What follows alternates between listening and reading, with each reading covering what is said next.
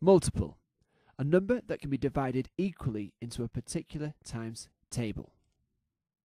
So here are a series of numbers: 15, 40, 21, 30 and 42.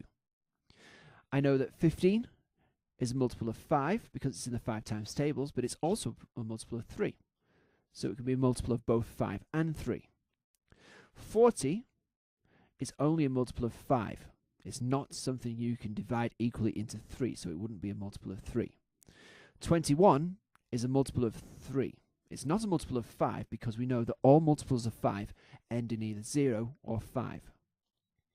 30 is a multiple of 3 because 3 times 10 makes 30, but it's also a multiple of 5 because 5 multiplied by 6 makes 30. And 42 is also a multiple of 3 because it is 14 lots of 3.